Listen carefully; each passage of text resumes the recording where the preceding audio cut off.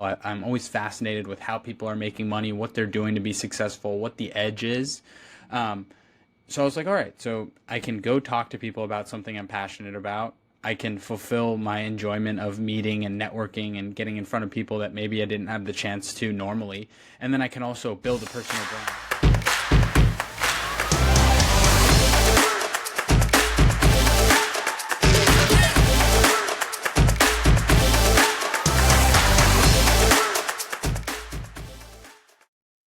Welcome back to another episode of R4E, the Reason for Everything podcast. Excited to be chatting with a fellow podcaster today, Andres Sanchez. It's great to meet you over Riverside and excited to chop it up today. I got connected through Instagram. I feel like I'm getting connected to most people these days, and excited to learn a little bit more about you. This is the first time we're meeting other than the few minutes before we started filming here, but would love to give you a chance to introduce yourself to my audience. I think there's a good bit of overlap between our respective listeners, but would love to give you a second to give some context on who you are, what you do for my audience. For sure. Thank you so much for having me. It's great to meet you virtually as well. Isn't it always fun to go into a deep conversation with somebody you've met 5 minutes before? It's so crazy how you can quickly get into it. And the way I always like to do it is obviously asking someone their walk-up song. I've said this on a bunch of episodes, but it's a pretty easy way to get an idea and get a quick glimpse into someone's head. And I even forgot, what would be your walk-up song of choice? What's going through your head these days? Yeah, I feel like I'd like to take it back to like the younger me. No Hands by Waka Flocka is Okay. like such an exciting song. I recently was at a Phillies playoff game and I was listening to all the walk-up songs. And I was just thinking, if it was me, I would want to have like the craziest, most fun walk-up song. I feel like everybody knows the lyrics to that song. The whole stadium would be singing. So that would be like just my off the top of the head random walkout song. I like it. I had the chance to see Waka Flocka in 2015 down in Blacksburg. He performed my freshman year of school with Ray Shremmerd, and it was unbelievable. To your point, though, everyone who even probably didn't think they knew Waka Flocka knew the lyrics to No Hands. So I Yeah. respect the choice. I don't know if I definitely haven't had anyone select that song before, and I'm not sure if Oh, anyone will again. So that's a little token for you there. But you cheers. mentioned you're at the Phillies game or Phillies playoff game. You're not in Philadelphia, are you? No, I'm in Miami, Florida. I just had a good buddy of mine that called me on Monday night, and he was like, "Dude, let's book some tickets and fly out to Philly tomorrow morning and go to a playoff game." I haven't been over to, I haven't been to Philadelphia ever. I love baseball. I grew up playing that game, and I was like, whatever, like let's do it. Sent it over there. Worked in a WeWork during the day. Went to the game that night, and then just flew back to Miami the next day. Not a Phillies fan either. I don't want people to think I'm going to cheer for the Phillies. I just wanted a cool playoff environment. Okay, fair enough. Are you a Marlins fan? Did you grow up in the Miami area, or who do you support? Yeah, I grew up in the Miami area. Definitely a Marlins fan. Unfortunately, for other Marlins fans, they can attest it hasn't been the easiest team to cheer for. I actually liked the Astros till they unfortunately got caught for cheating, which stained them. In my opinion, I think they've proven that they're still really good, but right now, as like a team to bandwagon behind, I the Rangers were kind of my like dark horse pick early in the season, and they ended up actually winning. So I'd say that's like my bandwagon team right now. I get it. I'm a Nats fan through and through. So definitely hear you on the Astros there. I sent the video around a couple of days ago. I guess we're filming this on November 8th. This will probably air in a month or so, but a couple of days ago when the Rangers won, the closer for the Rangers, Josh Spores, went to high Hmm. school, and we went to high school together. And he was 3 years older than me, so he was a senior when I was a freshman. And we used to do joint basketball and baseball preseason workouts. And again, he's a senior. He'd already committed to go into the University of Virginia at that point, I believe, and a lot bigger, a lot stronger than scrawny 14-year-old Arjan. And he we all had to use the same 45-pound plates, and we were doing these just crazy. Like it was the most weight I'd probably ever lifted at that point, and the workouts were like so intense. I remember coming back from these workouts after school, and it was I would always think, I'm like, this guy is just so intense. Like what's the point of this? Like what's the whole like what's the intensity level for? And then he goes on to win a World Series. So a little validating for 14-year-old me to know that the guy that was yelling at us like a drill sergeant to lift these 45-pound plates was is now a World Series champion. But nonetheless, cool to hear about your kind of interest in baseball. You're in Miami now. I guess we derailed that initial train of thought around context. So you're in Miami, you grew up in the area. Give us a little bit more background of who you are, what you do, and I know we got connected through our world of podcasting, but I'll give you a second to introduce yourself a little further. Yeah, for sure. Like you mentioned, born and raised in Miami. I've lived here my whole life. It's now become like this crazy hotspot, and everybody I talk to just moved here. And I'm like, you guys have been missing out. It's been this awesome since like my whole life. So, born and raised in Miami. Went to college here at FIU, local school. Like I said, I played baseball, decided to kind of pivot from that in college. And I got really fascinated with entrepreneurship, really enjoyed the sneaker resale world, and I know a lot of younger entrepreneurs have started that same way. So I started just flipping sneakers just so I wouldn't have to pay resale on like the really expensive pairs that I liked, and turned that into a pretty successful business over 3 years. And in that, did a few other things, started a Discord service around bot rentals, started a few other like niche Discord servers, and really got the taste of what it was to make money online.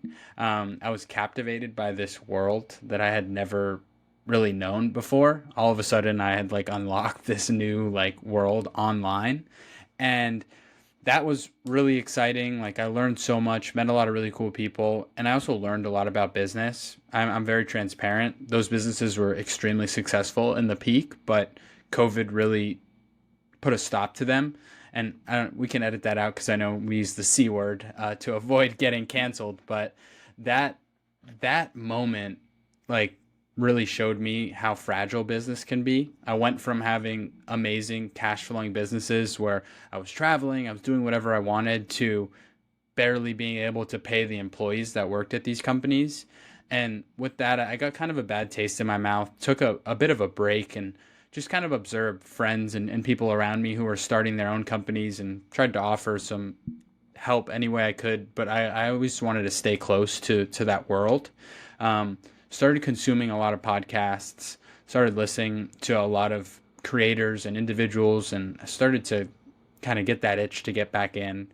My biggest regret when I started those companies was I didn't build a personal brand around them. I had these companies with thousands of users, and I had 10, 15 employees at the peak. And I just did it all behind an alias on Discord, and I didn't go and captivate any of that audience. Like my biggest Discord had 6,500 members in it at the peak, and I just didn't transfer any of that into a personal brand. So when it went to start my next thing, it was from zero again. I wasn't able to transfer a cult following like a lot of people do early on. So that was my biggest regret, is like now I have to start at square one again. And in just kind of thinking what I was going to do, I already knew that I was going to go get a W-2 job. I liked the world of software sales. I had a unique opportunity to join arguably the best company that you could go do that at. And I knew the earning potential was pretty on par with what most people do as a entrepreneur online or as a freelancer. So I knew I could go do that and have flexibility to build on the side. So I was trying to find what was going to be my perfect kind of situation for that, and podcasts became the number one option for me. I always was interested in a podcast because I could talk to a brick wall, and I love hearing and learning about individuals, and I love business at the core as well. I'm always fascinated with how people are making money, what they're doing to be successful, what the edge is. So I was like, all right, so I can go talk to people about something I'm passionate about. I can fulfill my enjoyment of meeting and networking and getting in front of people that maybe I didn't have the chance to normally. And then I can also build a personal brand because I'm forcing myself to get on a camera and talk to these individuals, clip it up, and post myself out there like I never did. It was kind of the perfect storm, and now we're 31 weeks in, and we're here now. Love it, man. Now, there's a lot I want to dive into there. First and foremost, so I heard one of your episodes a couple weeks ago, and you mentioned just like rolling your sleeves up and getting to you wanted to go and resell shoes, and you got that business set up, and then you wanted to get a little bit deeper and understand how and why you were able to make that arbitrage, and then you were on it, built the Discord server, and so on and so forth. On the podcasting stuff, have you been just grassrootsing this and trying to figure out, like, I know for me in getting this started, definitely the business side of it was interesting. The creative side of it is this whole other world that I just had, one, not a lot of interest in at the start, and then two, really no exposure to and no understanding of how to leverage the world. So it was just a lot of YouTube and kind of learning it. But for you, did you feel the same way where you're just like kind of scratching your head and figuring out like, oh, this is how I need to add captions? Then you have Instagram close out on you. You try to figure out a better tool, or what was that process? Or what has that process been like for you? Yeah, it was a mess, like most people would say. I had some exposure to Instagram. I had built a company with a good buddy of mine who we were business partners on a few ventures. We built a investment education company during this time where I was on Discord, and a lot of it was social media driven. So we did get some exposure to what it was like to create videos and how to use the tool. But when it came to the editing of the podcast and clipping it up, I was an absolute zero. And I and I've said this on other podcasts before, I quickly realized what I did and didn't like about the podcast. I was in a position where I could invest in the podcast as a passion project or whatever I wanted it to be. So I quickly found out what I liked and didn't like, and then just began to outsource. Obviously, when you want to outsource, you should learn about the process so that you don't get ripped off. So I did do my fair share of attempting to clip things up and edit podcasts and try and self-educate myself, but I hated it. So I didn't want to lose the podcast because one of the main components of it was something I didn't enjoy. I just had to outsource it. So from that perspective, it was a mess. I've gone through multiple editors, I've used different services, and I've started to understand the industry from that perspective a little better. But for me, I love talking to people and I love having cool conversations. So my main goal is to outsource everything that has to do with the podcasts. Obviously, when it becomes something that's driving some more revenue, but for me, it was a mess. Like to be plain and simple, it was hard. Yeah. No, I mean, couldn't couldn't resonate more with where you're at there. And maybe just to double click further on some of the things you mentioned. So you're at FIU. At what point did you get involved with the shoe business? What was that timeline like in terms of school, starting these businesses, building that critical mass of users on Discord? Walk me through that timeline a little further for folks that might be trying to figure out, when you went full in on this and got your sales job now, and how that all lines up. Yeah, for sure. Um, I was at FIU freshman year, midway through the baseball season, the fall ball. I decided to I was at the junior college. I decided to leave the team and pursue just school. From that, I had a friend that had recently gotten hired at this new Nike store that was built on Lincoln Road here in Miami Beach. And it was this cool concept store. They had a basketball court in there. They had a soccer section. And it was one of their cool concept flagship stores that they had built in the US. And he was like, you guys should try and get hired here, to me and another one of our really good friends who's a family member of mine. And we applied, got the job. It's actually hilarious. It was our first job, and we're family, and we had to sit shoulder to shoulder in a group interview and pretend like we just didn't even know each other.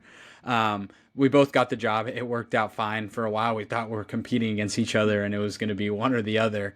But it ended up working out. But that's where I started to realize, and now I'm 19 here, still a freshman in college. I started to realize, hey, why are there people like lined up outside of the store? Like I'm making no commission selling the shoe.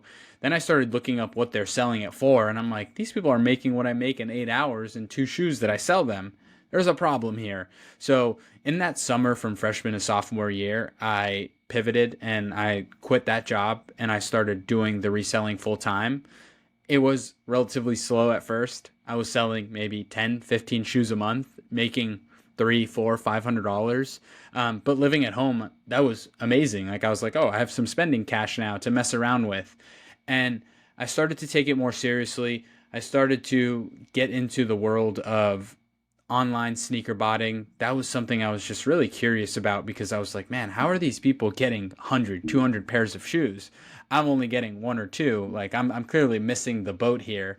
And I would say at this point I'm 20 and midway through sophomore year of college, I went all in. I started learning the bots, how they worked, and kind of ingraining myself in this Discord community world for sneakers. And with that, I started to pick up the numbers. I was selling 50 shoes a month, then 100 shoes a month, then 150 shoes a month. And towards the end of the business, it lasted around 3 years.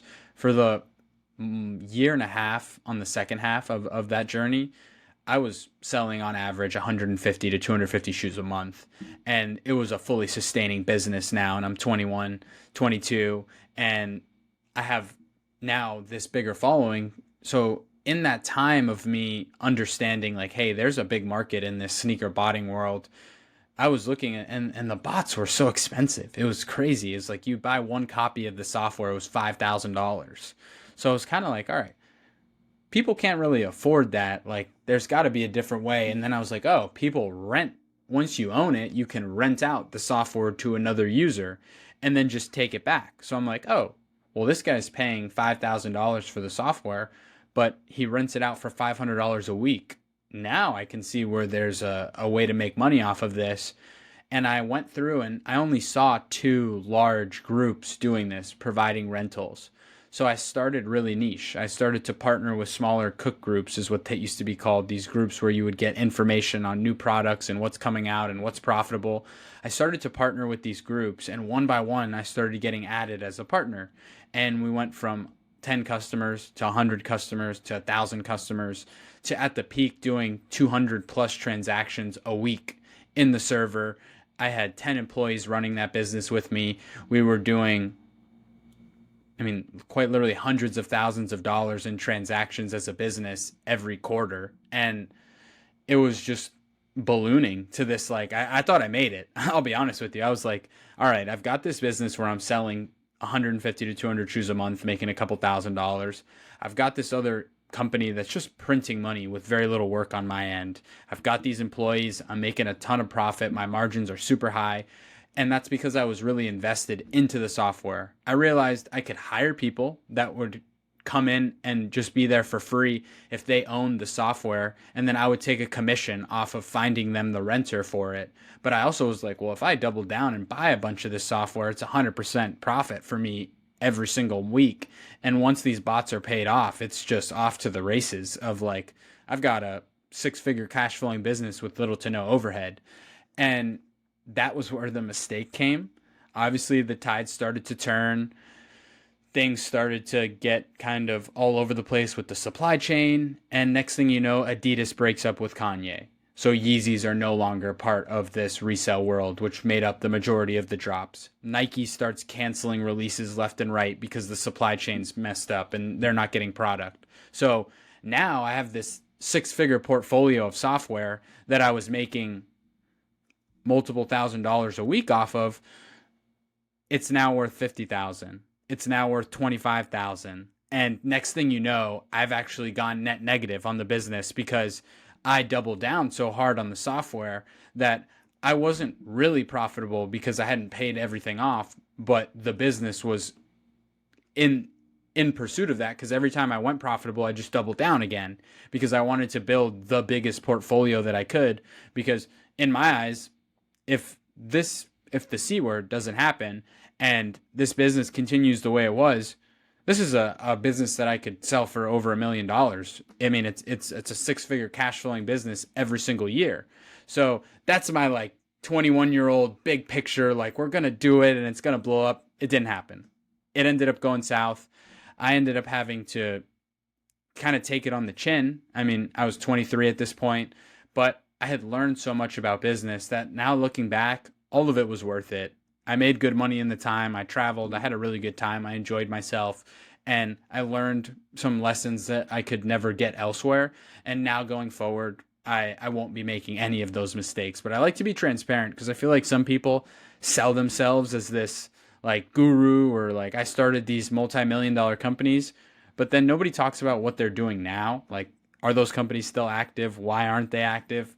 It was a really profitable business that I built. Unfortunately, outside circumstances caused that to go south, and I had to kind of take it on the chin. But that's what entrepreneurship is, in my opinion. 100%. I heard a great quote once. It was something along the lines of, "It's near impossible to fail in your 20s, and it's so important to be risk on from a entrepreneurial perspective at that time, because for the most part your risk tolerance is never going to be lower than when you're in your 20s, for multiple Yeah. different facets of life.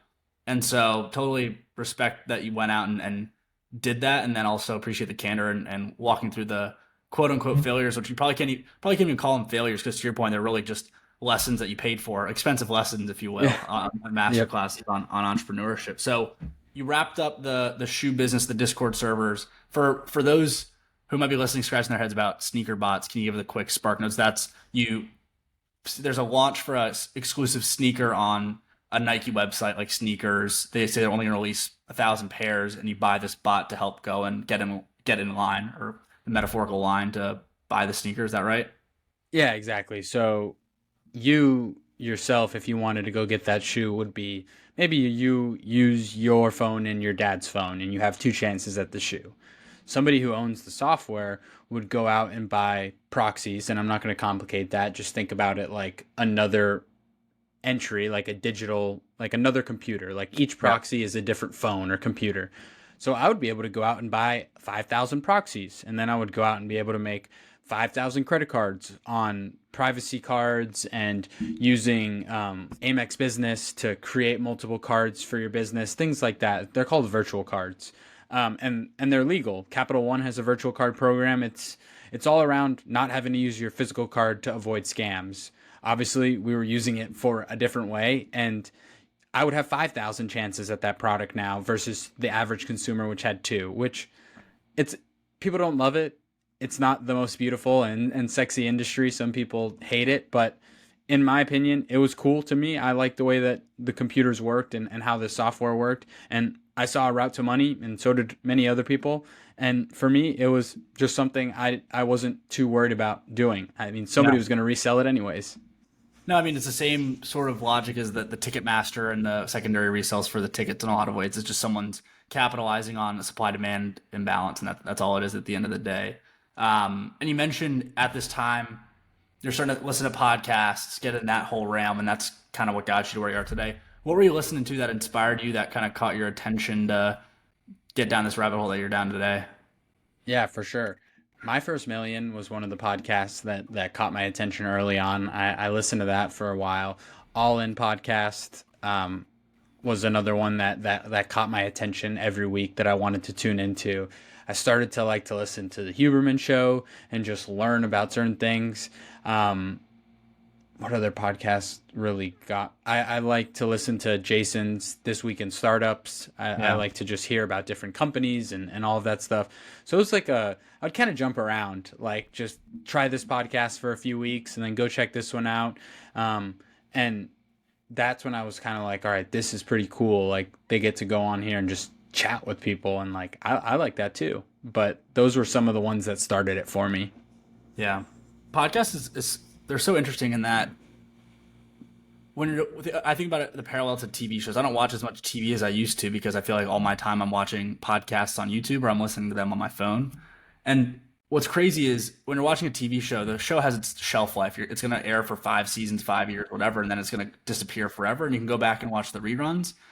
What's interesting about podcasts is, like, for me, I love All In, love the Besties, or listen to My First Million, or any Human Labs, whoever it is.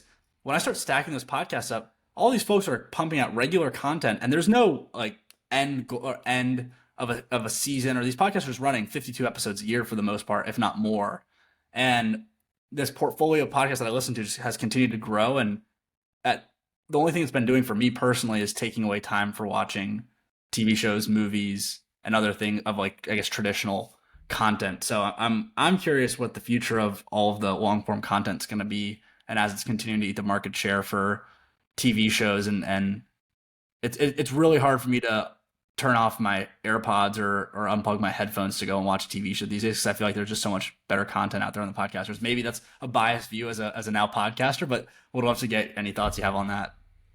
Yeah, no, I definitely feel like the consumer base is looking for more education. I think with a lot of different factors going on in the world, people are looking for different outlets to continue to educate themselves and learn about what others are doing.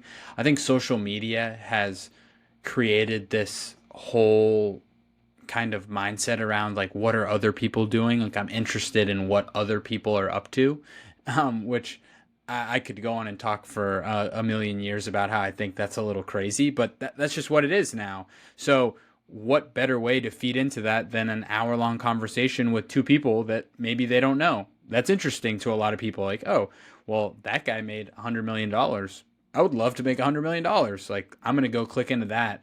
Where like I think people are just getting a little tired of the mindless like scrolling for shows and going through and like just watching content that really doesn't add much value to their life. I think people are really getting an appetite for learning due to the fact that we have so much free content available to us. So I agree with you actually, and I think more people are continuing to shift to the podcast world.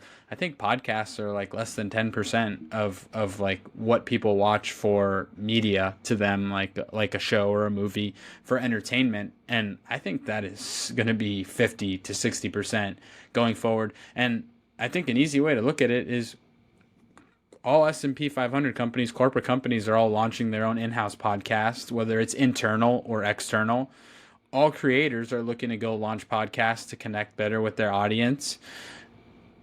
All of these media people, like actors, famous actors in Hollywood, are getting together with friends or individually launching podcasts. There's no better way to connect with somebody than listening to an hour long conversation between two people. And I think that people are going to continue to go and have this appetite for that, just like they do YouTube videos. People love, there's that cult following for watching YouTubers and what they're doing. And those people would say the same. Like, I don't watch any Netflix. I don't watch those shows. I watch my YouTubers. And I Right. still think that market has so much potential as well. And you see these in real life streamers, these people streaming just their day to day life. There's millions of people that watch it. So everybody's obsessed with what other people are doing. And I think podcasts play a really good role into that. Yeah, no, I think it's spot on, and it's interesting. To your point, the podcast market feels and is so saturated, but at the end of the day, it's just back to the matter of personal preference. Like, I love listening to the guys on All In, but someone else might really not like it because they just don't resonate or don't relate or don't like their commentary for or whatever podcast you can think of. And so there's so much personal preference that goes into that, and it's interesting that there's also just so many different niches and ways you can click in. It's like the most specific niches too. I saw that I don't know if you ever watched The Sopranos, but Meadow and AJ, the actors for those two characters started their own podcast like 2 months ago. The show's been off air for 20 years, and they just started a podcast together just because, like, hey, I was a big fan of the show. I liked those two characters. I'm gonna go listen and subscribe to their show. And 100%. it's great. It's crazy. I mean, I don't know when you were in school, but my junior year is when Fortnite became really big and Ninja and all these other streamers started getting.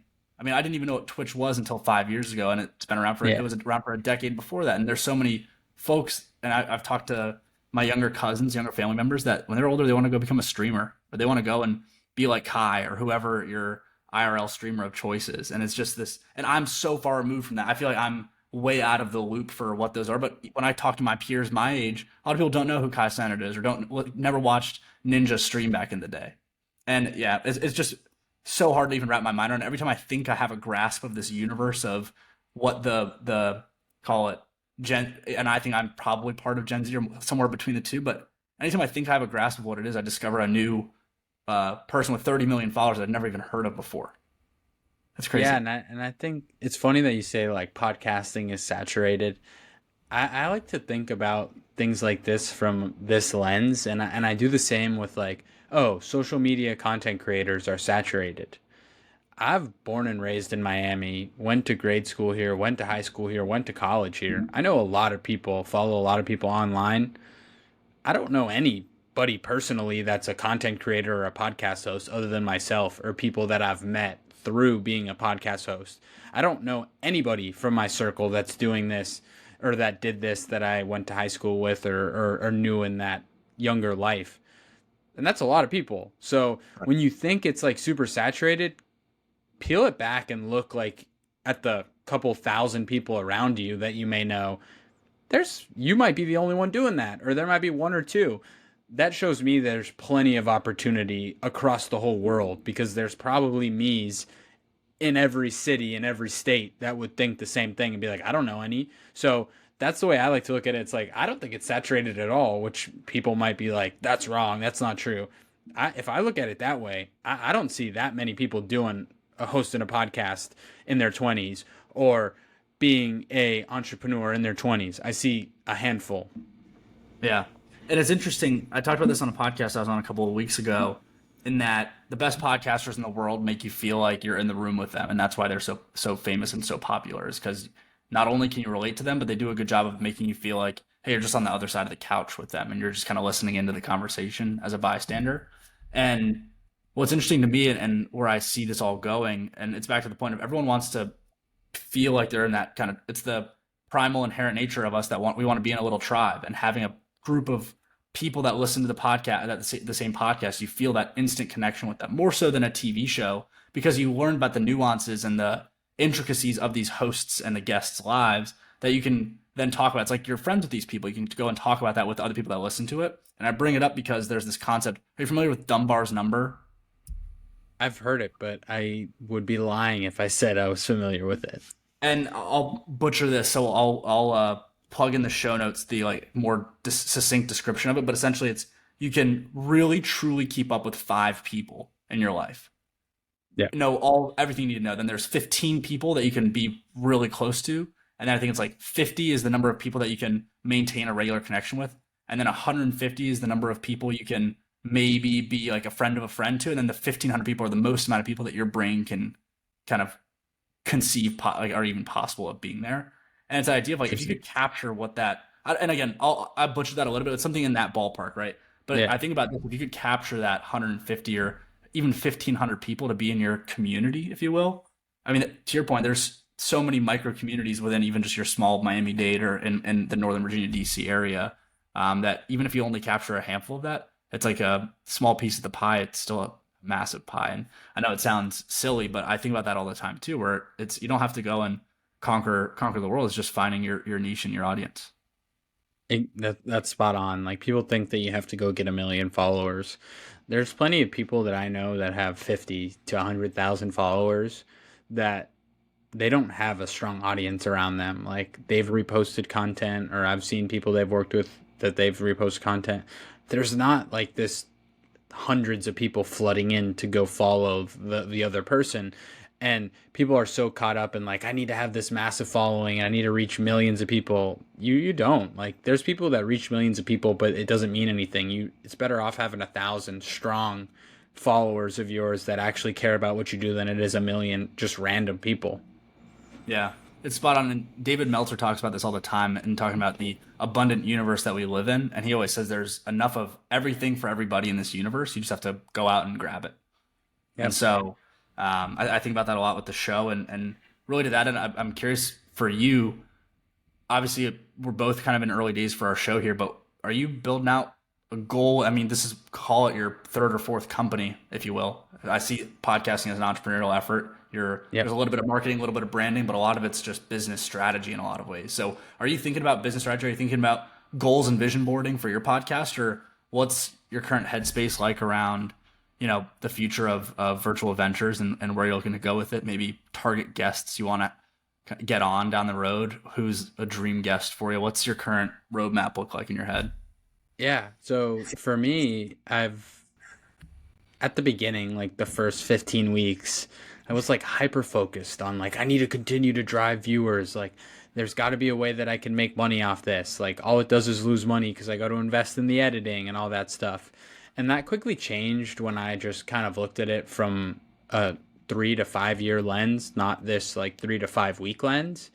I plan on doing this long term. It's something I really enjoy, and in my mind, I think my career will continue to excel. So this podcast will just be a light expense that's a hobby, and at the bare minimum can be a hobby that I continue to do that gets me in the room and lets me meet really cool people. I would say that my end goal is that I do have plenty of ideas. I do have smart people around me who I know we can launch companies that will be successful. I just don't want to do that till I have a proper audience around me.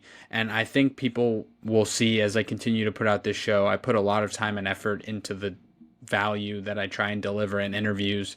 I interview my guests, but I always try and give my opinions.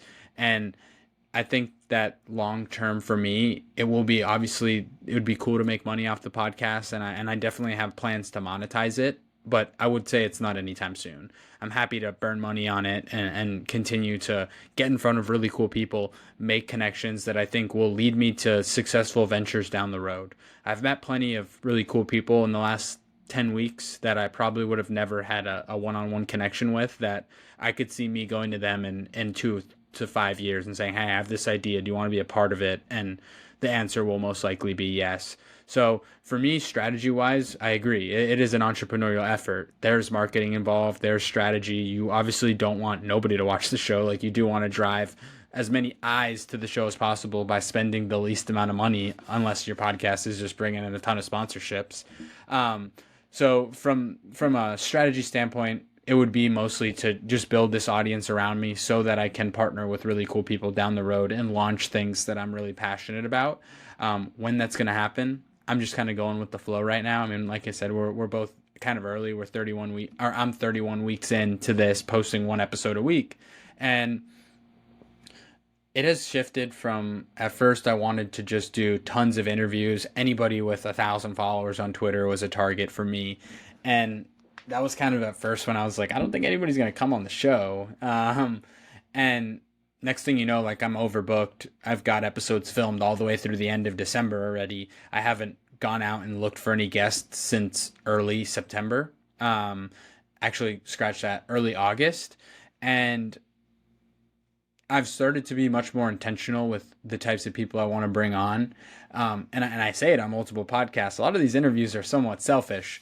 And I hope people that are listening feel the same way, because I want to interview the individual to get value for myself. In turn, whatever I would gain from that is most likely what the person listening is interested in as well. So I always tell the guests, like, hey, this is selfish, not just for me, but for everybody else listening. So please, when I dig deep, like, give us what we want to hear.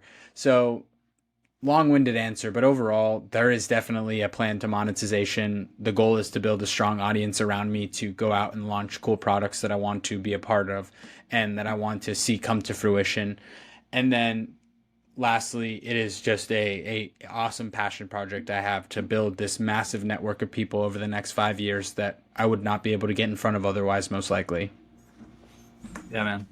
Resonate with so much of what you said there, and validating for me to hear a lot of what you outlined there. I talk about this on a bunch of my episodes. There's the famous philosopher Wayne Dyer, who talks about detaching from the outcomes and just being open to everything, attached to nothing, right? And for a while, same boat, where I'm like, I got to get these viewers up, I got to get this out of here. But I think that if you think about it from I had a guest, Lisa Gable, who's on my old was my old boss a couple of years ago, and she talks about thinking in decades. That's her big theme she thinks through. And again, if you're thinking about this in the span of decades, for the first 6 months, year and a half, if you're cash flow negative, or even if you're you can't even put a tangible value on some of the lessons that you learn in these episodes. So I like the point about being selfish, and I heard a great quote from Alex Hormozy, who was referencing Gary Vee actually, and he was saying how Gary Vee talks about how important your niche is, but your niche is just you. It's what you like and what you care about, and that's how you make what your niche is. And he's like, he gave the example of the JRE. Probably won't say the name for the same reason we didn't say the C word, but he talked about, hey, he likes MMA, comedy, and talking about aliens, and that's his niche, and that's what he likes to talk about. So he brings on guests selfishly because he wants to talk about that. And the guy Alex Hormozy saying, hey, I like gyms, I like talking to I like talking about marketing and sales, and that's why I talk about my content. For me, I like talking to other entrepreneurs and other podcasters, which I've had a bunch of other podcasters on. I like talking to entrepreneurs. I like talking about watches and food and baking. And so again, it's kind of just creating this niche around what you like selfishly, but I've never thought about it that way. So really like that you put a point in that. And go ahead. Yeah. No, go ahead. I'll say the other question, who's your dream guest, your vision board, Virtual Adventures 2030? Who are you sitting across a big wooden table talking to? Yeah. I have two people for that. I would say, like, on the just uber successful side, it would be really cool to get to talk to Elon Musk. I'm a fan of all of his companies, and I'm a fan of him as an individual. So that would be like my, like, just uber top super professional. My, like, goal guess that I think is something that will be achievable in the next year is Kyle from Nelk. I Yeah. actually like him from a business perspective. I think he's one of the best or the best operators, and not enough people go and talk about that part of him.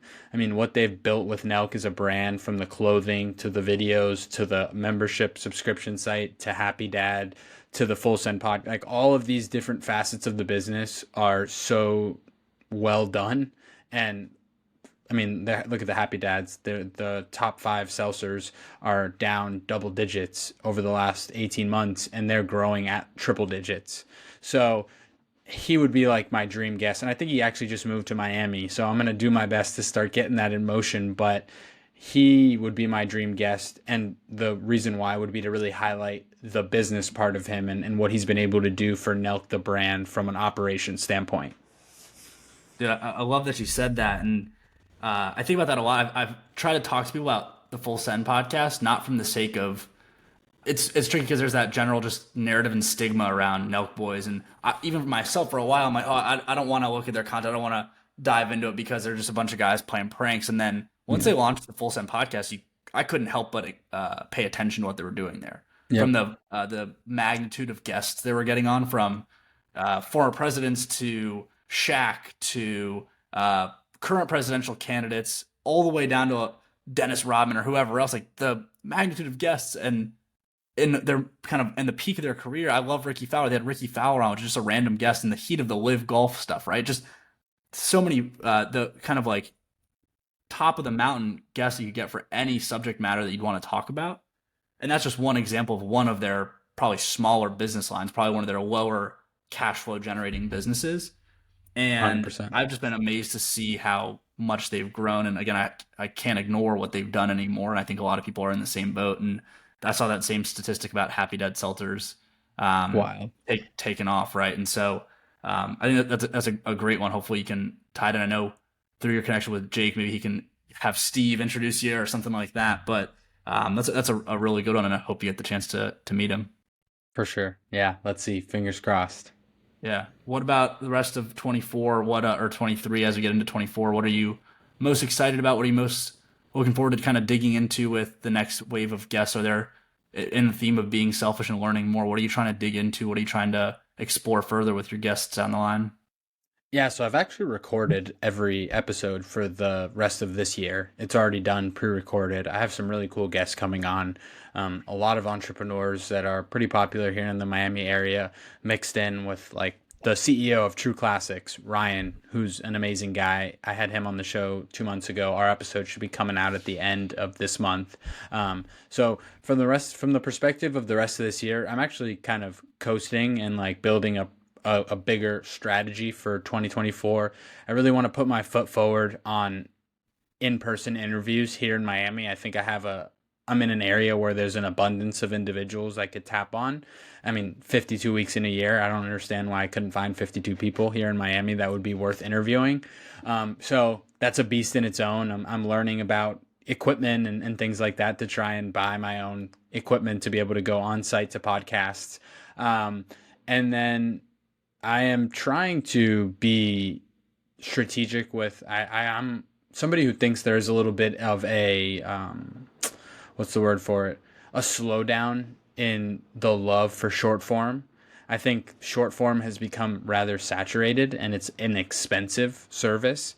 Like right now I have what I would say is the best short form team that you could get out there. I think my short form content right now is what pages with hundreds of thousands of followers would be posting from a detail standpoint, and it kind of falls on deaf ears. There's not this ton of engagement.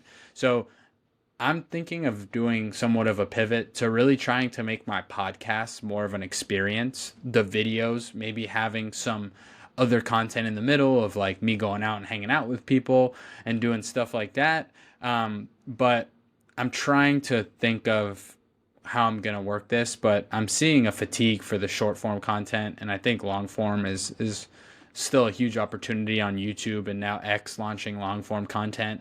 So I'm kind of coasting for the rest of this year, trying to build a bigger strategy. I actually just launched a new company with my good friend. So that is now becoming the primary focus. Love it, man. Well, whenever you're ready to talk about that, we'd love to have you back on to dive into that further, or the new business a little Yeah, I further. mean, I can give I can give some details on it Yeah, actually. fire away. Let's go.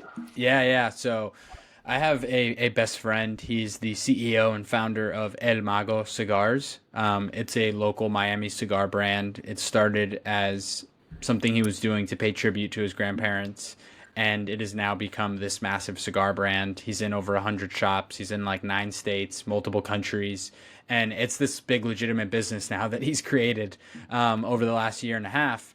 And in that, he really set himself apart in the packaging and display of his cigars versus other cigars in the industry.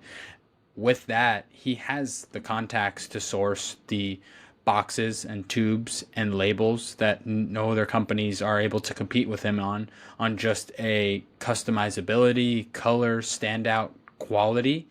And that's how the brand really blew up. With that, I've just run into and met a couple cool people in this time doing this podcast, and we've done 4 white label projects now where we basically build somebody a custom cigar, whether they want it to be a line of custom cigars that they sell into stores, whether they want it to be a souvenir to give to friends, family, or something they want to give out to an event. We launched a company called Custom Cigars Online, and it is by far the most up to date custom cigar experience you can have online. Nobody, I can say this without feeling bad, like nobody can even come close to what we can deliver from a customizable standpoint on boxes, tubes, cigars, ashtrays, like all the accessories. It's just not even close. And that's something that we started doing now, is something I did on the side. We just had a big one. We did some cigars for the guys over at Client Ascension for their Tampa Mastermind. It was a big hit. So I kind of, we both sat down. We're like, all right, like this could be a real legitimate business here. So launched Custom Cigars Online 3 weeks ago. We're working with a few clients already. We're trying to land a big client right now to do a really nice big project that I think will help put us on the map. But that's a business that I'm prioritizing in the interim here, while I don't have to be so locked into the podcast because things are pre-recorded. But it is something that I think has a lot of potential, and I'm really excited to kind of lean in and put my foot into this cool world of cigars with my buddy here. That's awesome, man. And you can go get your custom, or make your custom Happy Dad full send cigar, send a box to Kyle, and get him on the pod here next in the next 12 months. That is a great idea. Just thinking. Well, look, the other thing you mentioned, and I'll let you go here. The other thing you mentioned that was interesting about short form content, I see it firsthand. I've looked at Fiverr to have people put together reels, and even from when I was, getting started back in March, April, May, the cost of getting a reel made on Fiverr has just gone through the roof for any style edit that you want. To your point, it's become very expensive and less of a commodity now than it was a couple of months ago, even. And I definitely do, even over the last, call it 3 months, I've seen this just overhaul of the algo showing so much of, I think, just knowing what people want to see, which is the big captions in the middle of a screen. And I've noticed with like the big creators like Gary Vee and folks, they're doing, you have an initial picture and then you swipe it to a frame. So it's no longer a reel. They're trying to switch up the actual delivery. So now it's like a picture with a frame next to it, an anti-reel slide, if you will. So it's interesting. And one of the points that I wanted to bring up that I found interesting, Joe had Elon on last week on JRE. I don't know if you saw it or clicked into that at all. And like 20 minutes into the episode, Elon drove the Cybertruck to the studio where they film, and they were talking about how the glass is bulletproof and the doors are bulletproof. And Joe said, "Hey, what about arrow-proof? Are they arrow-proof?" Do you see this clip at all or no? Yeah, I saw this. And then in the middle of the episode, they were 20 minutes in, and they're like, "All right, let's go do that." So they take their headphones off and they go into the warehouse facility that they have in Austin, and Joe shoots an arrow at the Cybertruck. But to your point, I think it's spot on from a trend perspective. I think that was just more of a coincidence that you mentioned that and they did that at the same time. But I think that's going to be the way. I mean, I was hooked on my screen trying to see. I'm like, did they actually go and get out of the regular kind of format of a podcast to go and shoot an arrow at a truck? And that they did. And so I'm curious, to your point, if that's going to be a trend that continues to happen, or if that was something that they did. I think there's a little bit of I think there's no such thing as coincidences. There's a little bit of intentionality into that. But you heard the prediction here first, folks, that there's going to be new changes to long form content here coming soon. 100%. But look, I really appreciate your time. I'd love to just give you a second to share any parting words with the audience, any thoughts you'd want to share, where they can find you to keep in touch, keep up with your podcast into 23 and the exciting guests you have coming through the rest of this year into next. And then we can go from there. Yeah, for sure. It's look up Virtual Ventures anywhere you receive your podcast. It's called the Virtual Ventures podcast, but I think there's not that many people using virtual venture as a word or as a phrase. You can follow me on Instagram. I'm active. I'd say most active on Twitter, trying to do better on Instagram. On Instagram, it's at Andres Sanchez Official. On Twitter, unfortunately, I have like the most common name. So it's at _Andres _SANCH _. Only way I could get somewhat close to Andres Sanchez. But go check it out. Thank you so much for having me on the show. I think we do have an overlap in audience, and I've got to get you on the show. Let's aim for start of 24 so we can actually record and then post. And anybody that wants to connect with me, like I love talking to businesses or business owners. I love talking to entrepreneurs. If you want advice, if you want to shoot me an idea, if you want to just talk about what you're building, my DMs are always open. I absolutely love meeting new people. I'm always happy to help. Always mentorship is really important for me, and I'm always happy to pay it forward and give it to other people as well. So connect with me on any of those socials. Listening to the podcast would mean the world to me. And thank you again for having me on here. It's been a real pleasure.